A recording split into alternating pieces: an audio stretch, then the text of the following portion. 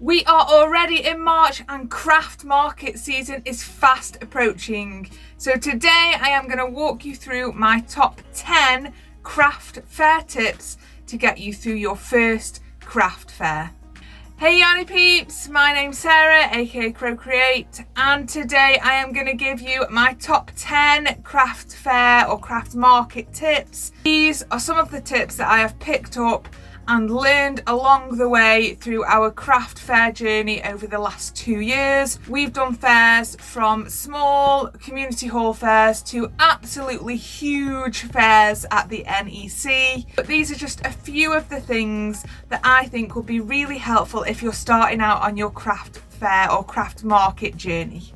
If you have any tips or are a seasoned craft fair attender, let me know in the comments below. Please, as always, like and subscribe for more crochet business, crochet patterns, just general crochet content. So let's go, let's see what these 10 top tips for craft fairs are. Tip number 1, and the biggest tip, if you take anything away from this video, it has to be this tip. This is something that I learned too late on in our craft fair journey because we just wanted to get our products out there. The first thing you need to do is find your people. Now this might seem pretty scary or seem like, oh, but all the people are my people. I'm sorry, you're wrong. All the people aren't your people. Not everybody is going to want to buy your product. We found our people in people that attend craft fairs that are on a big scale. So if we're looking at the Knitting and Stitching Show, the Creative Craft Show, Yarndale, all of those sort of fairs attract our people because we make crochet kits. So people that want a finished product, they're not our people. People that want clothes or wearables, not our people, because predominantly that's not what we design. What you really need to think about is, what do you make? Who wants your product? So for instance, if you make baby items, you're going to want to go to a fair that's targeted at new mums, people that have had babies, gift fairs, those sort of things, because that's where you're going to find your people. You make geeky, nerdy core sort of amigurumis, you're going to want to attend sort of the Comic-Cons and those type of fairs because that's where you'll find your people. What I recommend was doing a lot of research before you start out on your journey. I know it's really hard because you just want to throw your products out there. You want to get them in front of eyes and in front of a lot of people. Make sure that you're doing your research first because one, it's going to save you a lot of money and time in the long run. We didn't do this. I spent 12 months doing craft markets on the street, craft markets in village halls. Some of them were fine, it's just some of them bombed out massively and we lost a lot of money in the process. So it will save you time, it will save you a lot of money, and ultimately your result from it will be better and you'll feel spurred on to go and carry on. So tip number 1, if you don't take anything else away, find your people. Tip number 2, make sure you've got a cohesive product line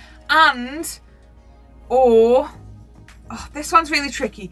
Make sure you've got a cohesive product line or your colours are cohesive. So your cohesive product line might be, okay, I'm a nerdy crafter, so I'm going to want to do all different games, but for this particular show I'm going to go with Sailor Moon or I'm going to go with Fortnite or something like that. I'm not advocating copyright actually, but you get the gist. So for us, we are quirky, cute, colourful and quick. So all of our kits are cute, they are all colourful in our 5 colours and they are all quick makes.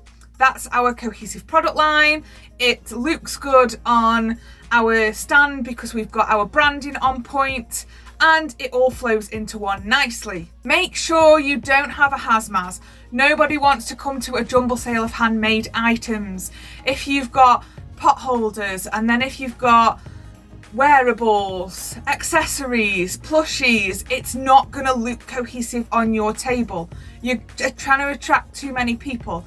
You've got to go with a cohesive product line or a cohesive colour palette, making sure they all work together. That is the key. That's what attracts people to your table. Nice looking table. Some people do say brighter colours attract as well. But if everything looks cohesive, you're going to get people standing there and looking at your whole range instead of just taking a glance and then walking away. Tip number 3, a big one. A lot of people don't do this. Price your items individually. One of the things that puts people off when they come to your stand is if they don't see individual prices. You might have a price list smack bang in the middle of your table. Let me tell you, customers, they're lazy. They don't care about that. They want to see that item that they want. There's no price on it. I'll walk away. Number of reasons here. A lot of people don't like asking at Handmade Market. A lot of people don't want to engage with the seller. Someone might see something, it instantly draws their eye to your table and they look at it with no price on and they don't want to ask, so they walk away. You need to make sure everything's individually priced. The other reason for this is someone might see the product, not know if it's in their budget or not, and walk away.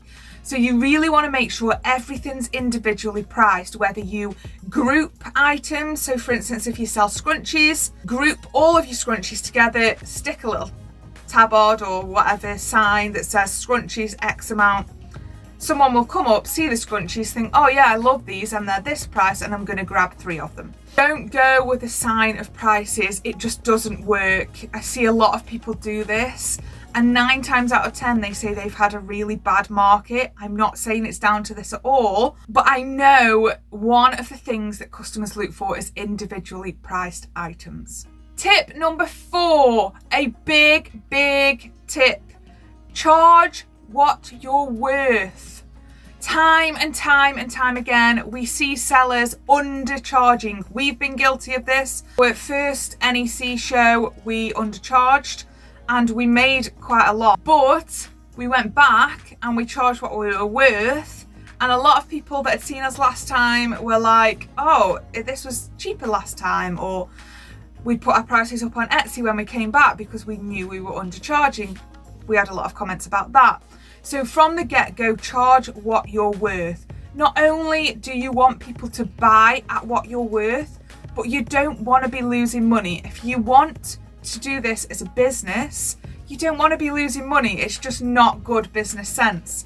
Charge what you're worth. If you think charging what you're worth is going to detract people from coming to your store, try and make lower priced items. Make sure you're making things that are at a good costing. So for instance, if you're selling blankets, we all know blankets take loads of yarn to make and they take loads of time to make.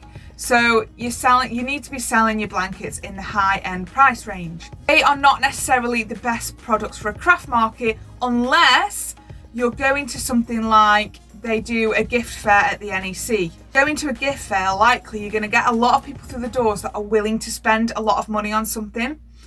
Going to, your local village hall or a fete or something like that, you're not going to get a lot of people that want to spend a big amount of money on a handmade blanket. So make sure that you're also charging what you're worth, but making a profit from your products. And if you don't think your product is profitable, ditch it and find something else. That tip brings us nicely onto tip number 5. Have smaller ticket prices items on your store. So 5 and 6 they go hand in hand. So tip number 5, have smaller ticket prices, but tip number 6, have the wow items as well. Having the wow items, so your big ginormous plushies, or if you're selling wearables, that absolutely amazing granny square dress, have that front and center displayed so that people look at your stall and go, oh my god, that's amazing, and immediately want to come and have a look at what you sell. Hand in hand with the smaller ticket price items, you might find that one person that says, that's amazing, I want it and I'm going to pay for it. But 9 times out of 10, the person that comes over is going to be the person that's, oh my god, that's amazing, I can't afford that, but what else do you sell? And those are the people that are going to buy a smaller ticket item because they just want to have one of your products. So for instance, if you do sell crochet wearables, have that amazing dress, have that amazing vest top, those absolutely amazing pants front and center on display. but also have something that complements the outfits. So a hair bandana, scrunchies, crochet jewellery, and then they'll see the wow factor, but they'll also be like, I perhaps can't afford that right now, but I'm going to buy this, take a card, and when I can afford it, I'll be a repeat customer. So tip 5, have a smaller ticket price. Along with tip 6, have that wow item, high ticket price. It's guaranteed to bring your customer to your table, and hopefully with the smaller ticket price, make them purchase something as well. Tip number 7, a practical tip, but the practical tips have to come out too. It's not all about making the sales. You've got to make sure that you're enjoying the journey. And what better way to do this than with a friend or a family member? I always make sure that the family comes along, probably much to their absolute detest. I drag them anyway.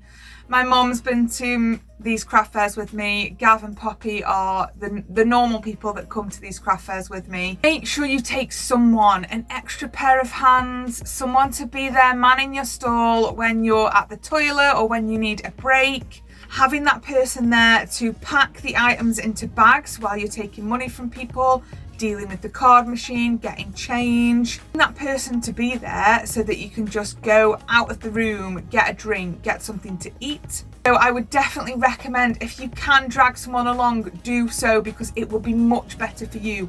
You're likely going to be sitting or standing at these places for 8 hours plus. So you want to make sure that you're as comfortable as possible. And I can guarantee if you take someone with you, that will absolutely help.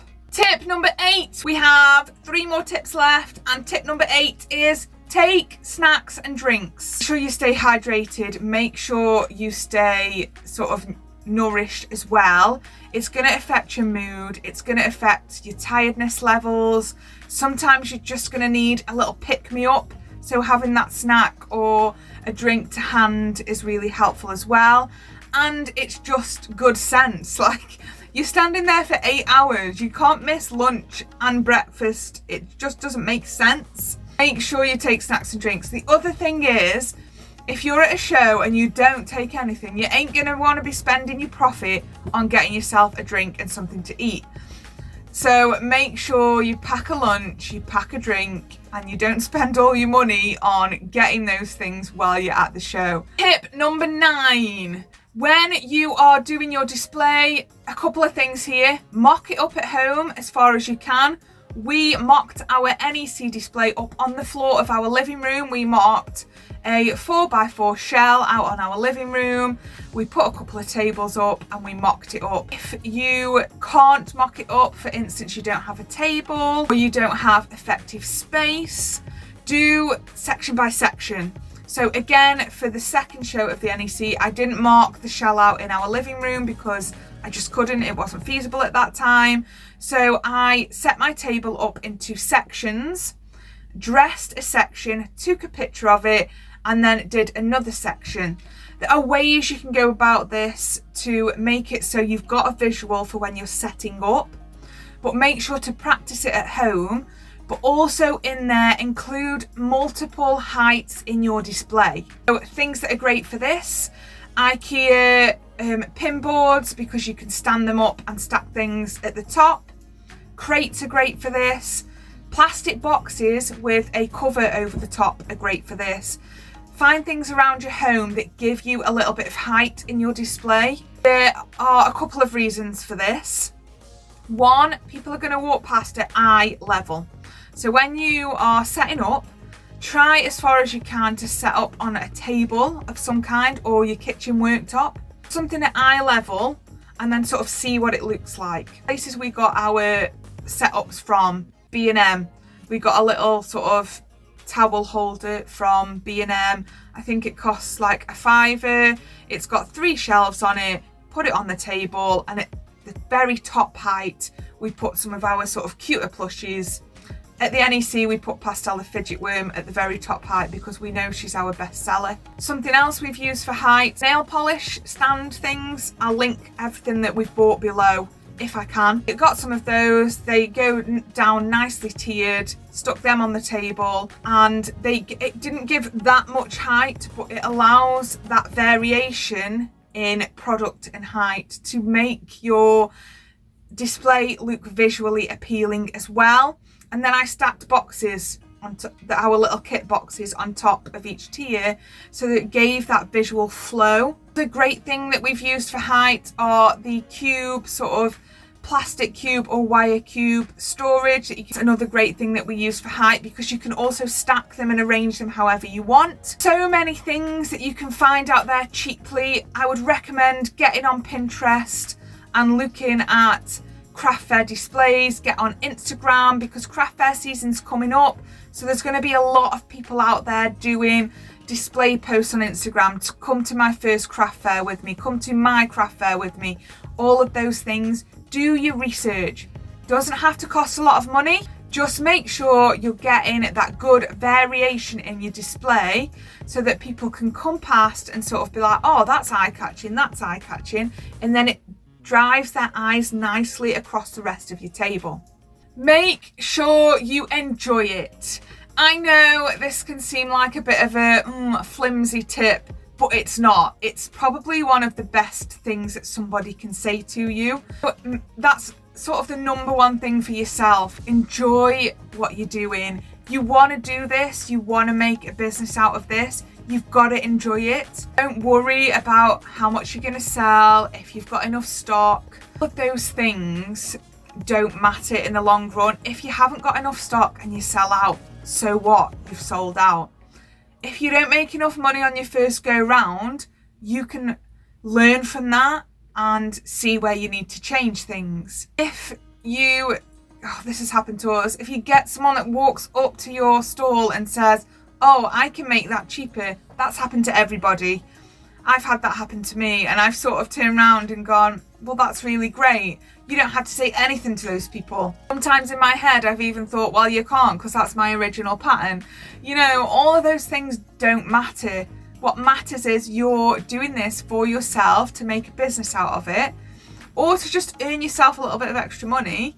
You've got to enjoy it. You aren't going to be wanting to stand there 8 hours and just absolutely hating it or worrying about it. Just make sure you enjoy it. And that was our top 10 craft fair tips. Whether you're a beginner or whether you've done a couple of craft fairs, let me know in the comments, are any of those things that you're going to carry forward or that you're going to take on board when you do your next or your first craft fair. Also, let me know in the comments if you are a seasoned craft fair attendee, if there are any other tips that you can think of that might be helpful for everybody else. Thank you so much for watching, you guys. Please like and subscribe. It helps me out a lot. It's free. All you have to do is click a couple of buttons. Videos go up every Sunday night between 6 and 7 p.m. If you want to be the first to see them, turn notifications on. Have a great week, and I will see you in the next one.